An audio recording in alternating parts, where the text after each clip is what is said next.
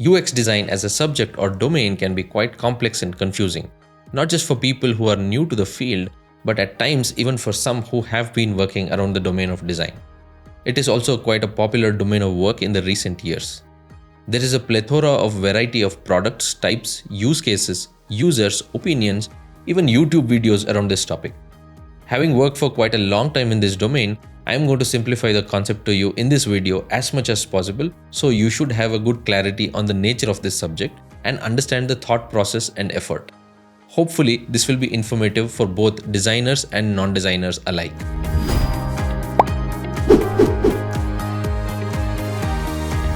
Welcome everyone, my name is Hemant Sharma. Today I'll take you on a quick ride in understanding the domain of UX design.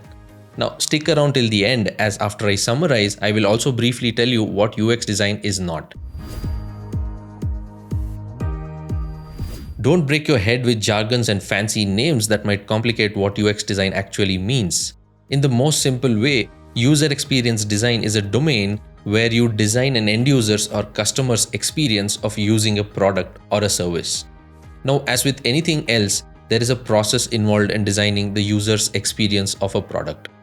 I will dig deeper and discuss more of this process in the coming videos, but for now, let us understand the basic way anyone designs a UX for a product. There are three basic things you need to do as a UX designer. First, requirement gathering. At this stage, you understand what product you want to build, or in the case of a product that's already built, understand what problem you want to solve or improve. You also understand what the users want in that product and who the users are. Then comes ideation and creation. This is where you analyze the data you got from the research phase and ideate, create wireframes, mockups, prototypes. Along with these, you execute visual designs, make the product look aesthetic, appropriate for the purpose and brand. And finally, ensure the interaction is simple, meaningful, effective, and engaging. This is the point of product release usually. Lastly, testing and iteration. At this stage, you learn if your designs actually worked by gathering feedback and iterate on improving your designs and eventually the product experience by going back to step 1. That's all there is to it. These are not fixed steps or rules, these are guidelines of a process. You follow these as UX designer and your products have higher chances of being more meaningful to the end user because you have possibly designed the product well enough. Like I said, I'll dig deeper in the future videos. Unlike what many people may think, there are a bunch of things that UX designers don't do. UX designers don't always work towards making things look pretty or beautiful. Beautifying the front end of a product is only a piece of the puzzle, although a very important one. Before enhancing the visuals, there is a great deal of research and hard work that goes into the responsibility of a UX designer, along with the other teams, to understand the problem first and then to come up with the solution. A UX designer does not design only based on his or her personal taste. Prioritizing the product and user requirements is critical. Design has to solve problems, has to perform for what the users need, and reflect a brand and purpose. Though there is some amount of a designer's personality in the output at times, the primary responsibility is to think about the end users of the product. The challenge is not to assume oneself to be the true representation of the end users. No design is a perfect design.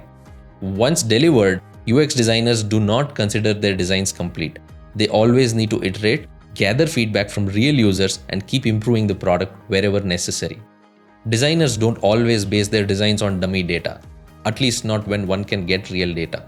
Remember, dummy data does not reflect the complexity, meaning, and opportunity for a real solution or experience. UX designers don't follow a templatized process, method, or style of output for every project. It's not like I learn specific subset of skill in this domain quickly and apply the same philosophy across to all products. Like they say, every home built is very unique to the people who live in it. Every product designed is very unique to the stakeholders of the product as well as the users of the product. Problems, solutions, opportunities, all are different. Well, that's all there is to the basic overview of UX design. Hope this gave you a glimpse of the direction of this domain. What are your experiences with UX design or your assumptions around this domain? Do let me know in the comment section. Please do support my channel by subscribing. Do get in touch with me if you have questions or suggestions. Share this video with people who you think might benefit. I have a lot more videos planned on this subject. Also, don't forget to follow me on various social media. Thanks a lot for watching. Stay creative and see you in the next one.